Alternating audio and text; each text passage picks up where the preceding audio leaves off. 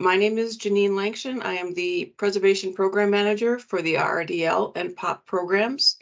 I am joined today by Susan Bergman, who is the Preservation Underwriter. Hi. And we're also fortunate to be joined by several USDA Rural Development staff. I'll start with Eric Siebens, who is the Regional Director for the Midwest region. And Eric, would you like to introduce the other members of your team who are with us today?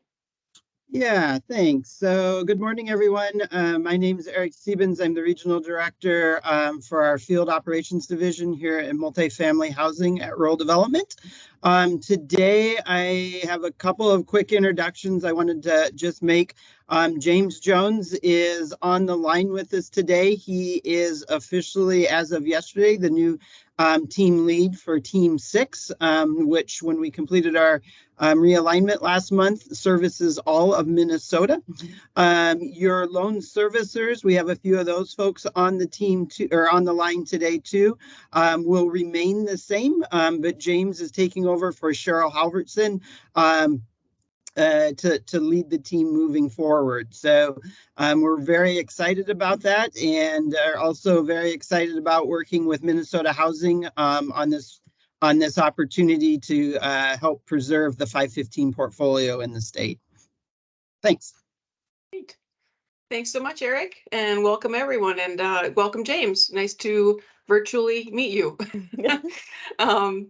And now let's turn it over to Susan. She is going to walk through a few or talk about the mission, purpose, and funding availability for this program.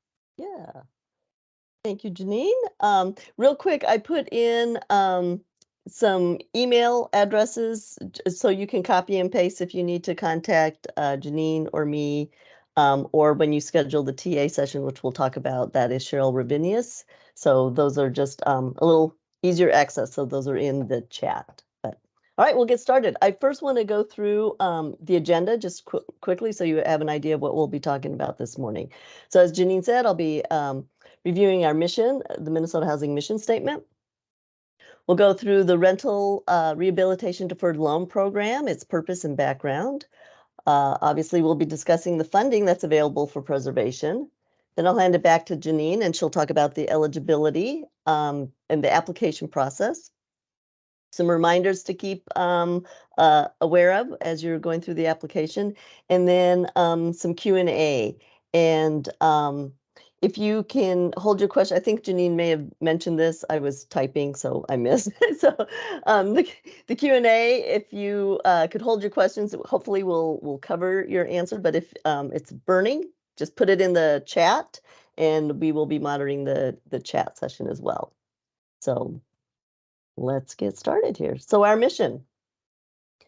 So housing is the foundation for success. So we collaborate with individuals, communities, and partners to create, preserve, and finance affordable housing. And that is why we are all here today, I think, because we're all interested in each of these pieces. And I will say that Minnesota Housing, we offer several products and services to help Minnesotans ensure that their properties are safe, decent, and affordable, which ultimately helps to build stronger communities throughout our state. And the Rental Rehabilitation Deferred Loan Program is one such product that we offer, financing to preserve the affordable housing. And I want to highlight this financing because this program is actually pretty unique. We're the only state housing finance agency in the U.S. with this kind of offering. We hope we can be models to other states for this financing. In fact, this RRDL program, Minnesota Housing was given an award in 2020 in the rental housing preservation category from the National Council of State Housing Agencies. So welcome to this. Let's see what this financing is all about.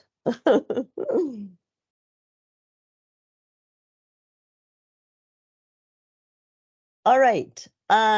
As I said, the RLD funding is there to preserve our housing, our affordable housing, and thereby strengthen our communities. So we're meeting two of our strategic objectives, which help support Minnesota Housing mission. The RDL financing, that its focus is the moderate rehabilitation for existing properties. So we are not interested in the new construction. We're doing existing permanent rental housing of smaller scale. And the smaller scale, we're talking like 8 units and or more. For the 2023 RFP, we are focused on properties with the USDA Rural Development Section 515 mortgages specifically. So this is a threshold. So if you were unsure if your property has Section 515, that would be a great question for your designated RD loan servicer. So this statement, Janine and I really believe in this, that we want rural development properties in every corner of the state, and I really want to say and everywhere in between, to be able to successfully compete for this RRDL funding. So what are we doing to help make our wish come true? So we're offering these informational sessions. So we're super excited that you all are here to hear what this funding is all about. We require technical assistance meeting. That way we can talk individually with you about your properties, what scopes of work you have planned, and kind of the financing that you're looking at. And then the third piece is we are hoping that this is easier access to funding. We have this concept-based application process. So there's only 8 to 10 checklist items. What we are asking for is information that you should already have available in your files. We do not require third-level party reporting like a lot of the other funding programs have. Like I said, it should be hopefully information you have in your file. We understand that costs may shift around a bit during the due diligence phase. So keep in mind that we will be reviewing your application and we'll be reviewing the scope of work to ensure that all the pieces are eligible. So we may make funding recommendations based on that evaluation. So in essence, that concept-based is at application time, we want a good idea of your project scope. We want a good estimate of the costs, but we do understand that there may be some shifting during due diligence. We do not require owner contribution.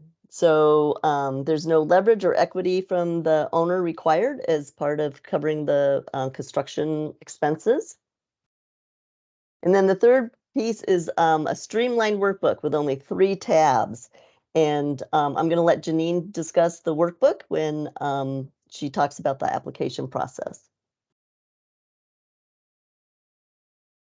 Couple things to keep in mind, though, as you do the application workbook. So is that if your project is selected, you can request up to $750 back on the money you spent putting together the application. Additionally, you can allocate up to 3% of the awarded funding amount to be paid to the owner or project manager for processing the loan through the closing phase. Again, we are so happy to be working with RD because I think all parties on the line here are interested in making the most out of the rehabilitation projects you have for your properties. But because we are working with RD, there will be information sharing between the 2 agencies. So just bear in mind that at the application, we'll be requesting a release of private information. So the funding available for preserving these properties. Currently, we have up to $7 million in state appropriations for the RRDL program. The maximum loan amount is $700,000 with $50,000 maximum per unit. Again, as I said before, these are concept-based, so we understand that the project costs might not be well defined. So if you are awarded the maximum loan amount, keep in mind then that we'll need to reevaluate some project priorities. Our Minnesota housing architects are very good at helping with prioritizing scopes of work or offering value engineering to help get those costs down, or you may need to rely on other funding if if you want to keep all the scopes of work in the project.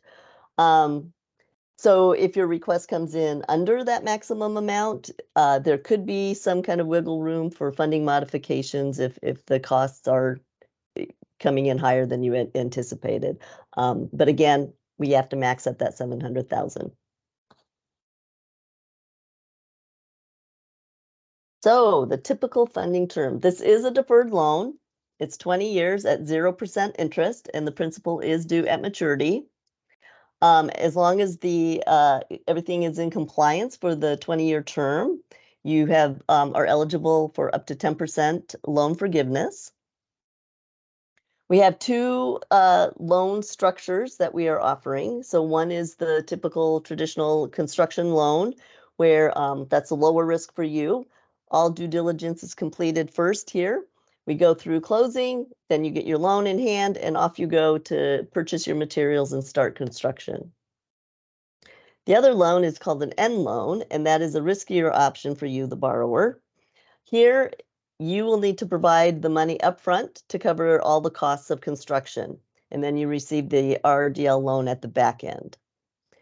So there's minimal due diligence that needs to be completed first. Minnesota Housing then issues an end loan commitment letter, and that allows you then to get started on construction. So once the construction is complete, we close on the RRD loan, and then you get your money. So the end loan option is helpful when timing becomes an issue and you have access to money available to cover those construction costs. So the first bullet on this slide talks about flexible terms based on the development needs. So one of our hopefully flexible is those two options for loans, the loan options. But we also, we're talking about Section 515 properties. And we know that a lot of these properties, their mortgages are soon to mature. And we are interested, of course, in extending the affordability period outward into the future. So one of the ways that we would like to extend that affordability is by requesting the RD mortgage to become coterminous with the RRDL loan. So for example, if the RD first mortgage expires in 12 years, we can extend that affordability period out another 8 years to be coterminous with our 20-year loan. But again, that bullet point, flexible. So what if your RRDL mortgage expires in 22 years? Then we would be looking at our loan and considering to make that coterminous with the RD mortgage.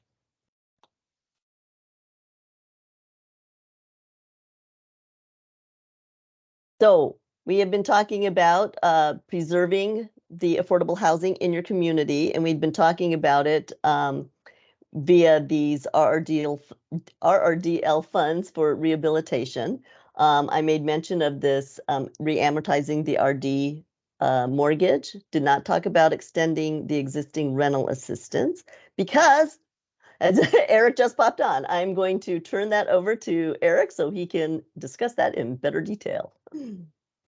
All right, thanks, Susan. So before I launch into that, I just want to echo what's already been said and encourage anyone that's on the line that has a property, a Section 515 property that's financed by rural development to really take a look at this program. I wanted to highlight a couple of things. First, the flexibility that Minnesota Housing has in terms of their funding stream and how that really works with your existing 515 loan. So as Susan said, we will, as part of this program, the agency works with Minnesota Housing to make sure that your current loan is extended out, reammed out to be coterminous with the extent of the RRDL loan. To make that request, it's fairly straightforward. It's not like getting a subsequent RD loan. All you would do is make the request on the 3560-1 form, which is our consent form. You propose that to us. We will be asking for a new budget to go along with that, and we will take a look then at reamming the loan out. There's no appraisal that's needed with that on our end, and we would not be looking at changing any of the other terms of your loan with us. Your reserve deposits would remain the same. There would be no additional restrictive use provision added to the account. So again, we really are looking to make this as flexible as possible. By doing that, that also unlocks your rental assistance to continue on. Since we've reammed the account and extended out your maturity date, then by de facto, the rental assistance can continue to be flow to that property, subject, of course, to funding availability, but you would remain eligible then for that full term of the rental assistance. And that really helps you in a couple of ways. It ensures that the housing remains affordable for those tenants that are living there in the community and in Minnesota, and that rental assistance remains at that local site versus if the property was to eventually mature and move out of the program. So again, I wanted to highlight those two aspects of what we do on the rural development side. Minnesota Housing is really the lead agency on this. The agency kind of takes a little bit more of a backseat, but we do work hand in hand with Minnesota Housing to make sure that these things move through as quickly and seamlessly as possible. So with that said, I'll turn it back over to Minnesota Housing. Great. Thank you, Eric. All right. Mm-hmm. All right. There we go. So we want to just give you an idea of what the map looks like from the 2019 selected projects. So in a previous slide, we did I mentioned that we were interested in seeing funding at every corner and everywhere in between of the state of Minnesota. And so here's a map of, like I said, the 2019 projects that were selected and received funding. And we're going to take a little moment here to celebrate two of these 2019 properties. We're going to show you some pictures. We hope you get excited by what you see and about the possibilities for your own funding and on your own projects. And I'm going to turn this back over to Janine. She was the underwriter on both of these projects, so she knows the projects and I do not. So there we go. That's all. Janine. Great. Thank you, Susan, and thank you, Eric. Yeah, the first project we're going to quickly talk about is Peaceville Apartments, located in Norwood, Young America. This is an RD project designated as elderly housing. They added a new elevator for resident accessibility. They updated the elevator lobby, as you can see in the photo on the left, and they completed fire safety improvements, as you can see on the photo, within the photo on the right. And I just love the resident there who, in my mind, is admiring her new elevator lobby. And then the next project is Sunrise Apartments. This is located in St. Martin. This building was originally built in 1982 and designated as family housing. It required quite a bit of work since many of the improvements on the scope had not been repaired or replaced since the building was built. So it had some exterior improvements, windows and exterior doors, curbs, gutters in the parking lot. But also, as you can see in the photos, there were some interior improvements as well. The bathrooms were rehabbed, which I think they look fantastic. The residents also saw new kitchen cabinetry, flooring, appliances, and baseboard heat in the units. And then, as you can see, some of the common areas were also updated. The laundry room is pictured on the right. So the owner of this particular property says that, or reports that, the residents are delighted with the improvements and are just so happy to be to have seen them completed. So we hope to see many more of these over the next coming years, and we hope that yours will be a part of it. And so we're going to move on now to eligibility. And Susan touched on quite a few of these items, but I will just go over them again. The projects that are eligible for RRDL funding must be financed by USDA RD with a Section 515 mortgage.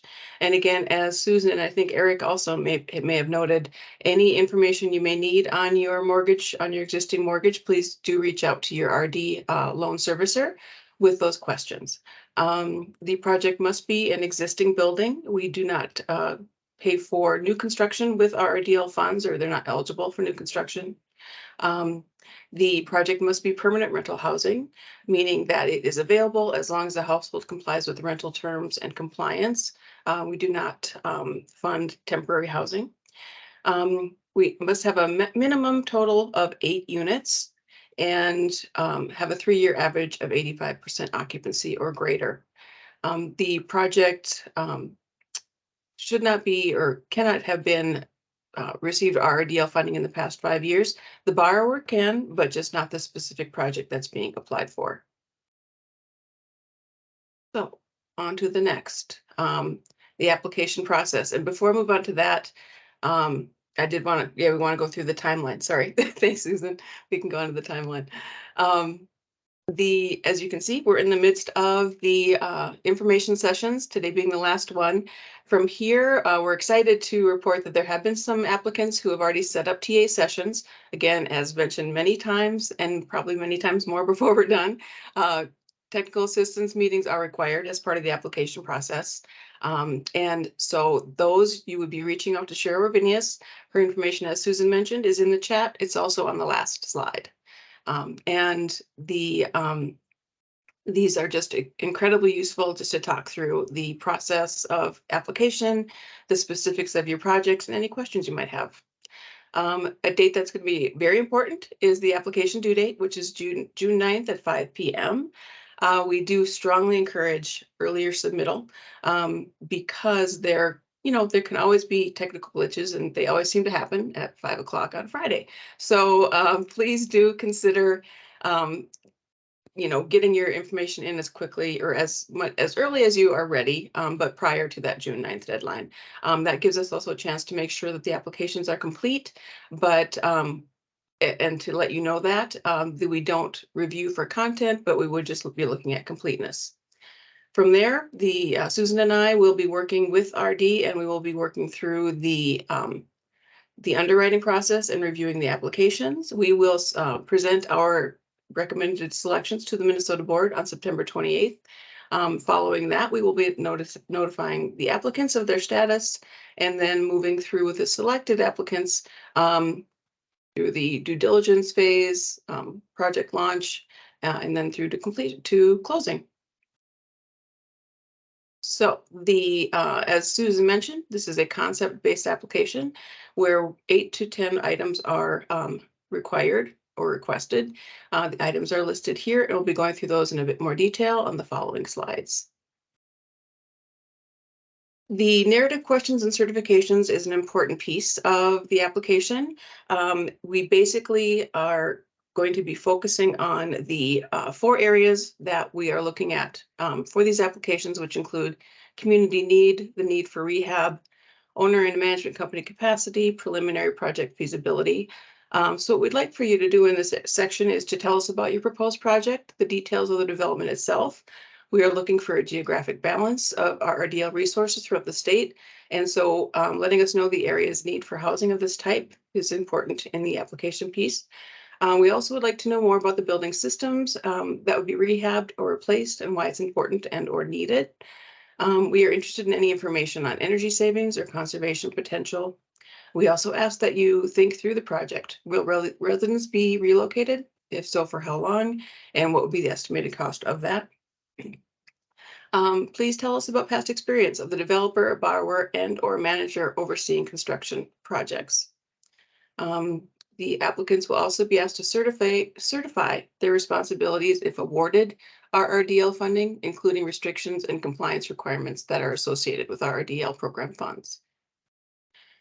And next, we go on to the workbook. As Susan mentioned, it is simplified from some of the other funding programs that Minnesota Housing has, and it is just 3 tabs. The first one being the instructions, the second one being where the bulk of the information is housed. This is going to be information about the building itself, the address, the number of units, the number of rental assistance units, the project reserve amounts, operating information, and contact information of the development team and or management team. There's also a cash flow tab. Here, what we'd like to see are the last few years of operating financial information, and that gives us an idea of where the property is at operation-wise. And then with any of these pieces, we are more than happy to talk through these in great detail during our TA sessions. So any questions you might have, again, keep them handy and feel free to bring them up during TA. On to the next slide, please. The third piece that we are requiring is an applicant certification of known environmental conditions. This is the Minnesota Housing Form, and it's located on the website.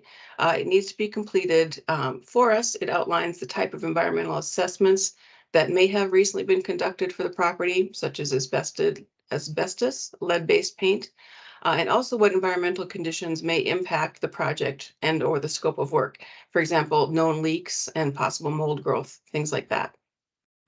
We do require photographs of the entire property, but we really would love to see more photographs regarding the existing conditions, the pieces of the scope of work that you want to include. So anything that is going to be part of your scope of work, we would love to see photographs of that in particular. We also ask for a copy of the property tax statement, being that we do work with RD on this application process. We are sharing information. So the borrower's authorization of release of private information is another piece that we require. Again, any questions on this, you're welcome to reach out to either Susan and I or someone or your RD loan servicer. The next slide, please.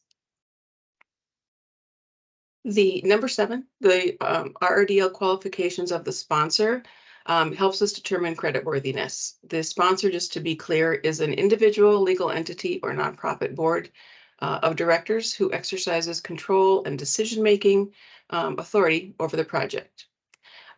This form has been simplified. It requires just the previous year's tax returns and financials and K-1s as opposed to the previous 3 years, which is what it used to ask for.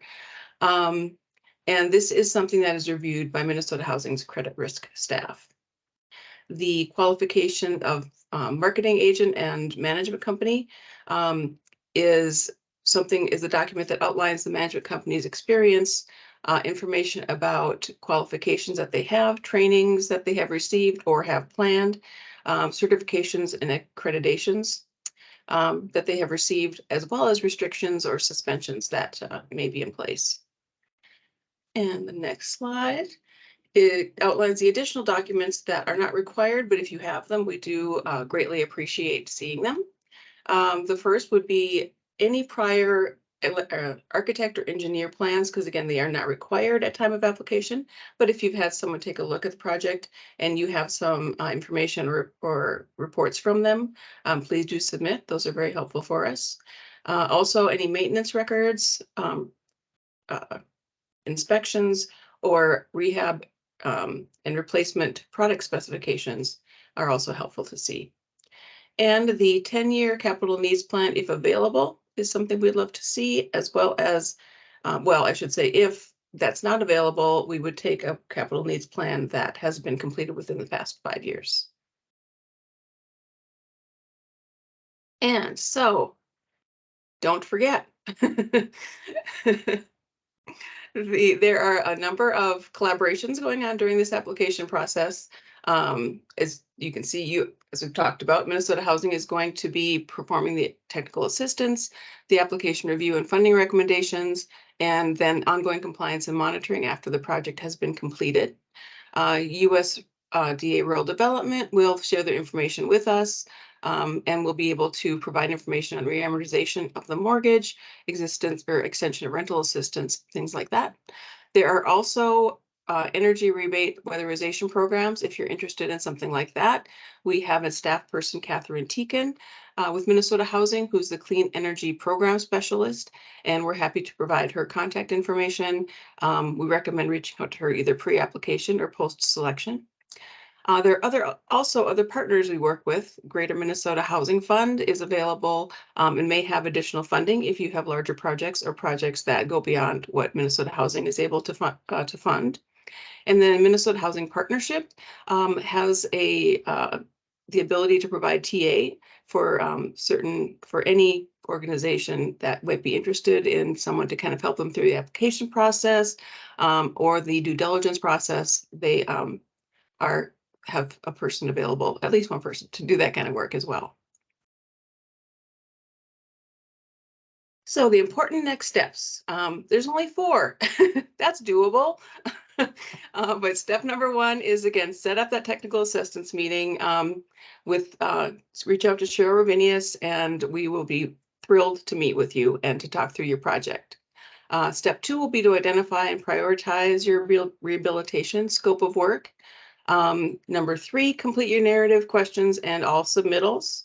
And again, submit those please earlier than the June 9th due date, but you'll be using the secure upload tool, which is another reason we like to have those submitted earlier, because then we can take a look at what has been received. We also do ask, I don't remember if this has been said already, but we do ask that items be submitted through the secure upload tool individually, not in one big bulk group. It makes it harder for us to keep track of what's been sent in that way. And then you want to label them accordingly as well. And again, we can talk through that in more detail at technical assistance. So assistance and support, once again, our staff is available for the technical assistance, application completion, and general questions about the program. Reach out anytime to Susan or myself. And Cheryl, again, is available for scheduling those technical assistance meetings. And the RD staff is available for questions regarding reamortizations, loan-term extensions, rental assistance extensions. And so we also do have a brand new Minnesota Housing website, which we are all working our way through because everything new is, it always takes a little longer. So Susan has graciously offered to walk us through that, but just to quickly let you know, there are a couple of easier ways to get to the RRDL page. One of them is going to be to cut and paste this link into your browser that's on the left, or on the right. One of the new additions to the website is a search function, which is fantastic because it can bring you right to where you need to be without having to kind of search through. So it's something that's been requested for a while, and now it's here. So this is what the RRDL page looks like. And again, Susan, who's much more tech savvy than I am, will walk us through that process because she has the website live. All right. Thank you, Yeah. Susan. Yes, you bet. All right, so when you come to minnesotahousing.gov, this is the front page that you're going to see. And I'm going to step you through kind of the lengthy way to get to our webpage.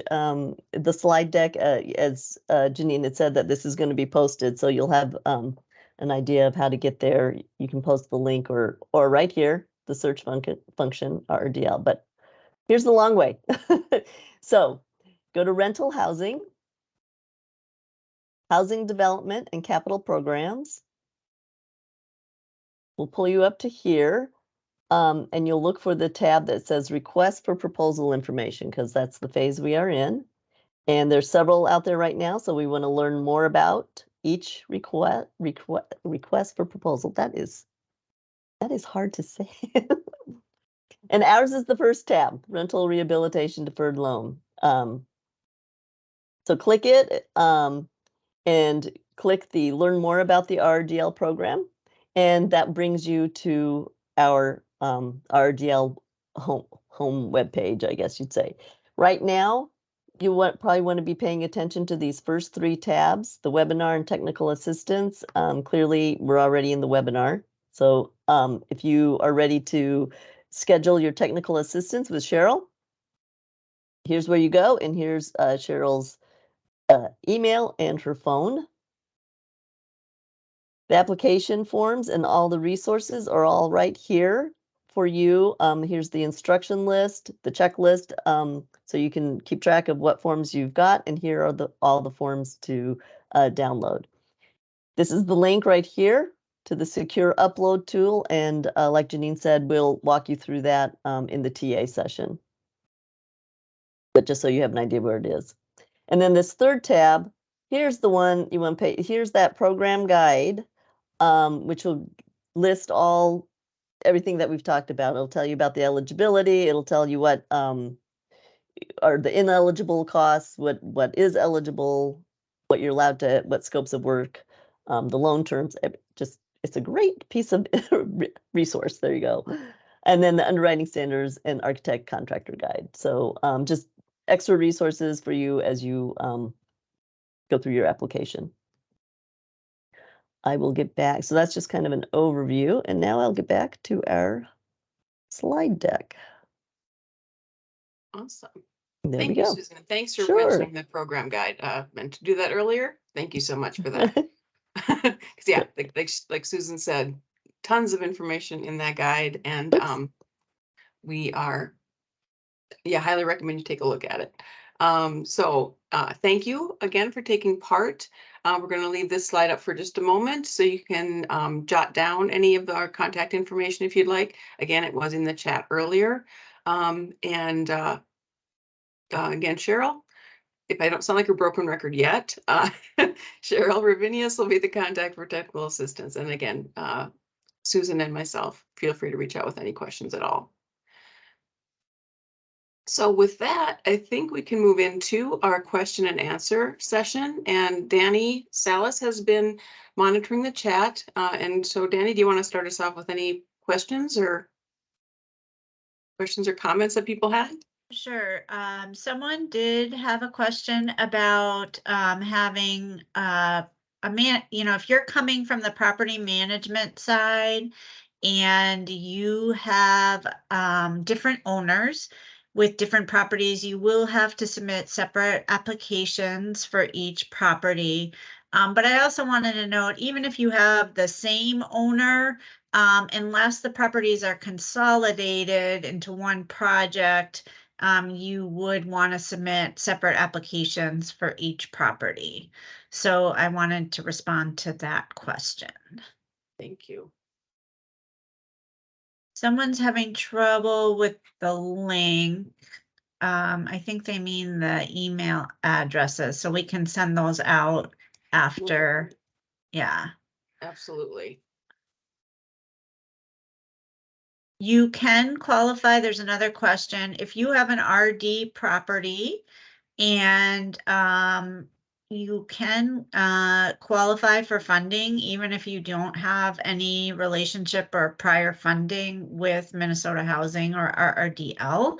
I would just want to be sure that you actually have an RD 515 property. There's a question in there that's saying the first mortgage is with a local community bank. So typically with the RD 515 properties, they still have a 515 mortgage. So that would be an unusual situation if you don't have 515 funding in there.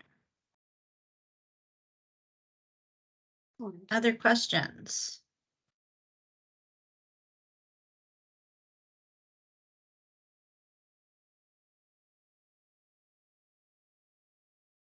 And thank you, Danny. I should probably point out that Danny is our fearless leader for the preservation team. If the, let's see, there's a question here. What if the corporation that owns the buildings is not a nonprofit over, however, the parent company is? We fund both for-profit and nonprofit owners through this program. Both are eligible, so that does not matter to us. Whether the corporation is nonprofit or for-profit. As long as it's an RD 515 building, we're not particular about the ownership entity. And we have more about our eligible owner types in the program guide, but generally we're pretty open in this program as to owner types.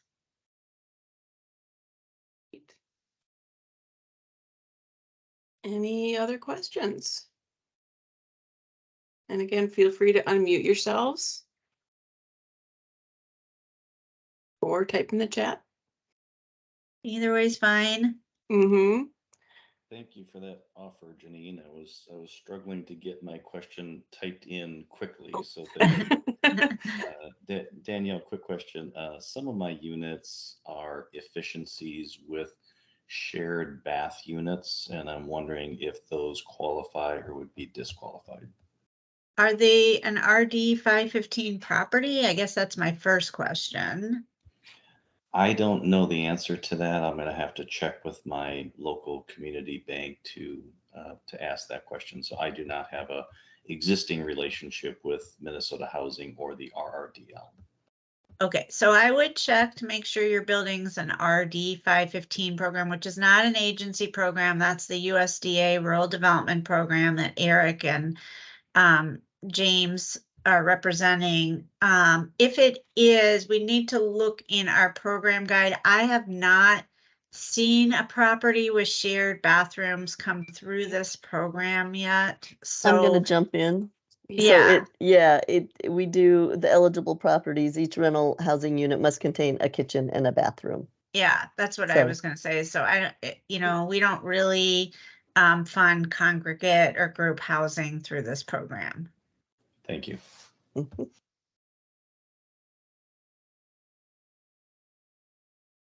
Okay. Well, we can maybe stay on for another few minutes in case there are additional questions that come up or that you think of as we're going along. In the meantime, should we keep with the housing song titles? I was gonna say thank you for playing the game with Yes, me. yes. And thank you to everyone again for taking part. Excuse me, we really do appreciate it. Oh, looks like we may have a question coming. Or not. Oh, thank you. You bet. Thank you, Barbara.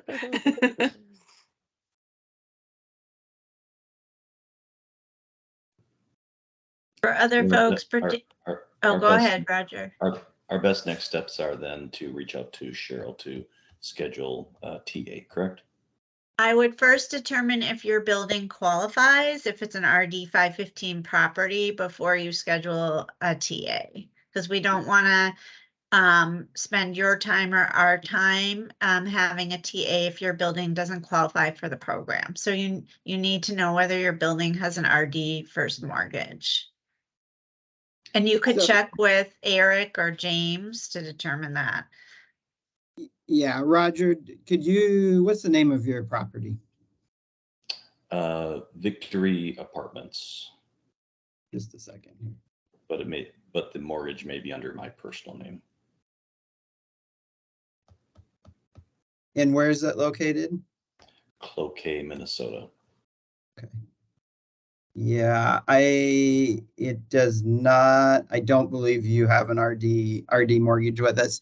I'll ask you one other question that will tell us. Are you required to submit a budget once a year to USDA Rural Development? I am not. Okay, then you do not have a Section 515 loan with us.